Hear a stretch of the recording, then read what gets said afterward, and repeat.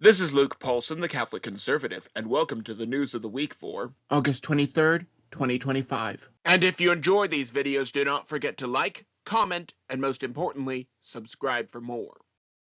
Fake meat remains unsold. I respect that you don't eat meat. Please respect that I don't eat fake meat. Beyond Meat might file for bankruptcy. I must emphasize the word might in the previous sentence. That is because companies consistently go through lows and highs. Some sources are claiming that it is inevitable, while others are claiming that this is just how the market fluctuates. If they are filing for bankruptcy, there are two possible culprits. The first is different states making the sale of fake meat illegal. This should not be an issue, as there are probably plenty of liberal states that have not banned fake meat, and the pink-haired vegans will eat it up. On one hand, this may be illegal since the free market should work. On the other hand, these things are full of artificial chemicals and possibly poisons. If you really want the protein, just get a hamburger. It is much healthier, and it does not harm the life, liberty, or property of a single person. The second culprit is related to the first. It is possible that with all of the artificial ingredients that these companies need to use to make food, that they are using ingredients that Robert F. Kennedy Jr., in his work to make America healthy again, is banning. If the ingredients are banned, they cannot sell their food to Americans. Most other companies are just using the same ingredients that are used in Europe. However, are there any ingredients that this so-called food producer can legally use? That is just my thoughts on the matter, but I am no chemist. Likewise, I am not a biologist, but I can tell you that something is brewing. A new China virus. The chikungunya virus is making its way across China, and the UK may begin lockdowns. The people will not be able to do anything, as they have been disarmed. Australia and New Zealand likewise will probably begin lockdowns soon, as they are also unarmed. The chikungunya virus is spread by mosquitoes, and the symptoms include a rash, fever, fatigue, and pain. These symptoms might last a few days to weeks, but even pain can be manageable. Most importantly, since it is spread via mosquitoes, we will not need any of those ridiculous masks. This is just another 4-year virus that we need to deal with. I, for one, am going to try and get ahead of this one. And hopefully President Trump learned his lesson from last time, and will not give in to fear-mongering. Although there is presently no proof that this virus was made in a Chinese lab, that cannot be ruled out. Nevertheless, this virus comes from China. Now, while China is dangerous, so are the oligarchs of Eastern Europe. Zelenskyy meets with Trump. Volodymyr Zelenskyy met with President Trump in the Oval Office on Monday. This is after President Trump met with Vladimir Putin last week, where the Russian oligarch was flanked by fighter jets and a bomber flyover. It seems that President Trump was not so subtly telling Putin that there would be a lot of firepower should there be any funny business. Either way, unlike the very ungrateful Zelenskyy the first time around, this time, the Ukrainian oligarch was much more cordial. All we know for sure is that there have been more promises for the defense of Kiev. The following is speculation that cannot be verified. We can piece together a few facts. 1. President Trump met with Putin while showing off military might. 2. Both met behind closed doors. 3. Putin went on his way. 4. Zelenskyy came and was cordial with President Trump. 5.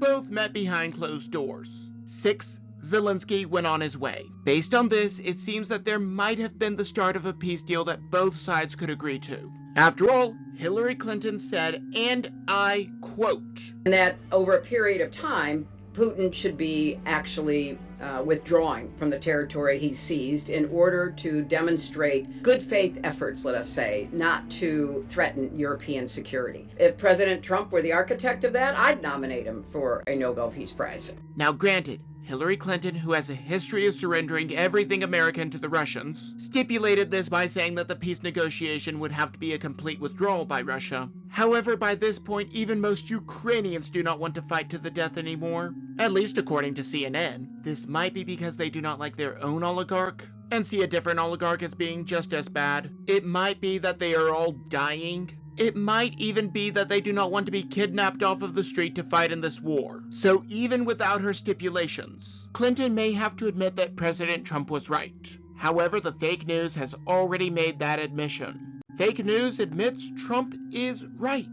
MSNBC's Morning Joe is admitting that President Trump was right in using the National Guard to clean up Washington, D.C. They have pointed out how unsafe the city is, although the host did not make the connection that it is primarily populated by Democrats and that the vast majority are black.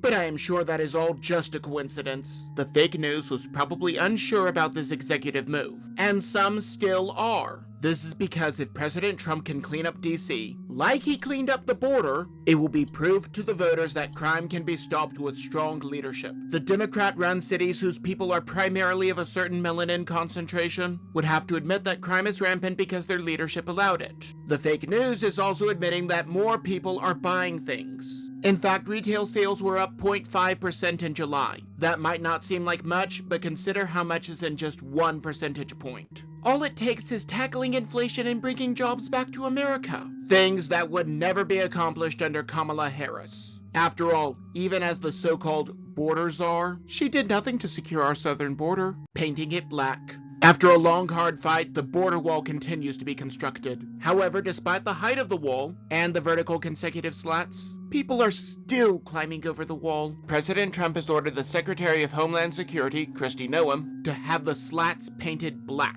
That might not mean much to those of you in the north, but down here, it will be untouchable by even the craftiest of illegals. It is amazing what a fresh coat of paint can do.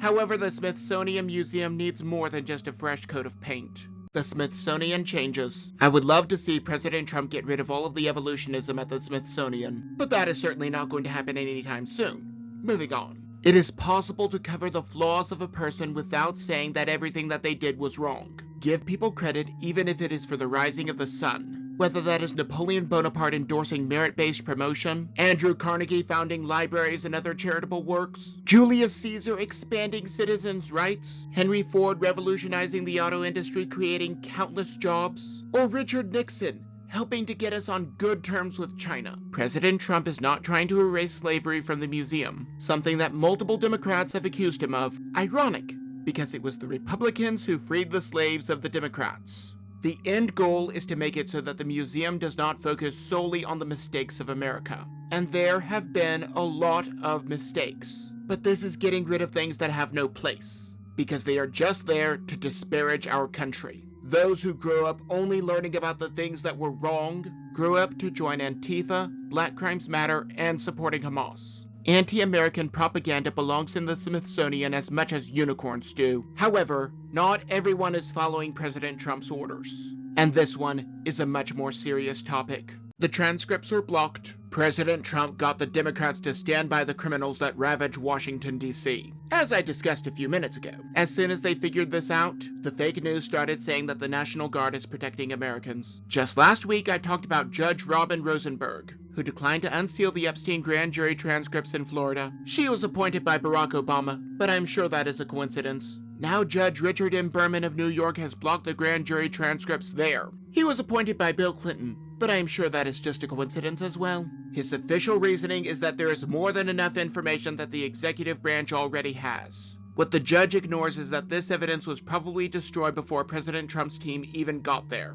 This means that the 70-odd pages of Epstein grand jury materials are crucial to justice for all of the girls and women. President Trump has gotten the Democrats to actively stand against the prosecution that they wanted him to proceed with. Oh, and one more thing. Bill Barr has officially stated that President Trump was not on the Epstein list. No wonder the Democrats destroyed the records. Now let us see how else children are at risk. Spying on students. It is hard to imagine a situation where almost everyone is wrong in one form or another. This situation actually got us pretty close to that.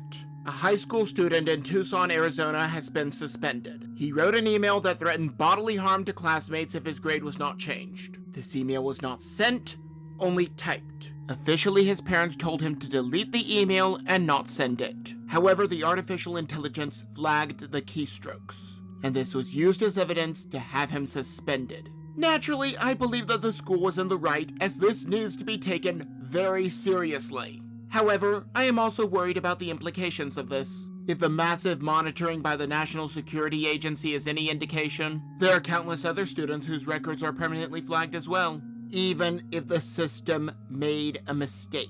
These do not get reported in the news, because as the old adage says, if it bleeds, it leads. However, if there is no action or drama, people will not read it and the paper will not sell. Suffice it to say, I am worried about this school having this much power to monitor students. Unless you are saying that you trust the government with your personal data, and trust the government to never use it for malevolent purposes, because at least in Texas, teachers are considered government employees. So let us see what else is going on with our students that could potentially be a threat. Illinois health screenings. Do you trust Google with your personal information? Maybe not, but the company already has a lot of data on you, and is selling this information to third parties. I will get back to that in just a moment. Children in Illinois starting in grade 3 will be screened for mental health problems starting in 2027. We know that being autistic is much more socially acceptable, and being called gay is no longer a slur, but is something to be celebrated with X-rated parades.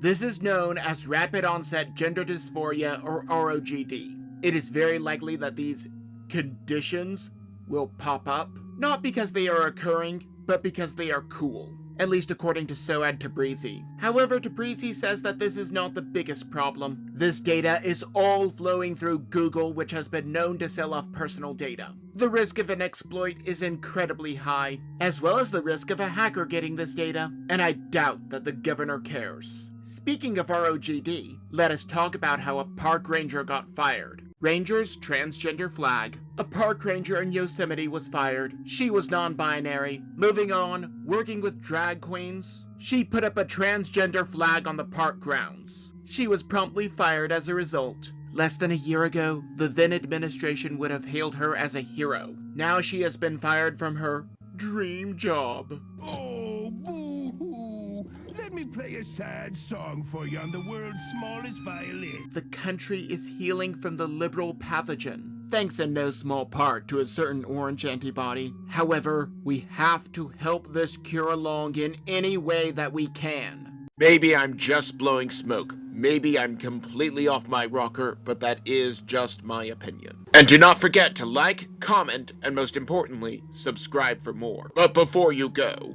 on the left I have last week's video, but you may also enjoy the video on the right.